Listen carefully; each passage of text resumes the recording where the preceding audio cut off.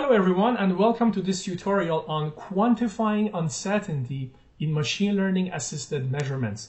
My name is Shervin Shir Mohammadi. I'm a professor from the University of Ottawa in Canada. As we all know, machine learning is now extensively used in all technical and non-technical fields, including measurement. And like any other measurement, it's very important to quantify the uncertainty introduced by machine learning so that the resulting system can be deployed in the real world, it's trustworthy, and it has a good performance. So in this tutorial, we're going to look at how machine learning is used in measurement. We're going to very briefly look at uncertainty and then how machine learning contributes to measurement uncertainty. Then we are going to look at measurement scales that impact machine learning regression and machine learning classification differently.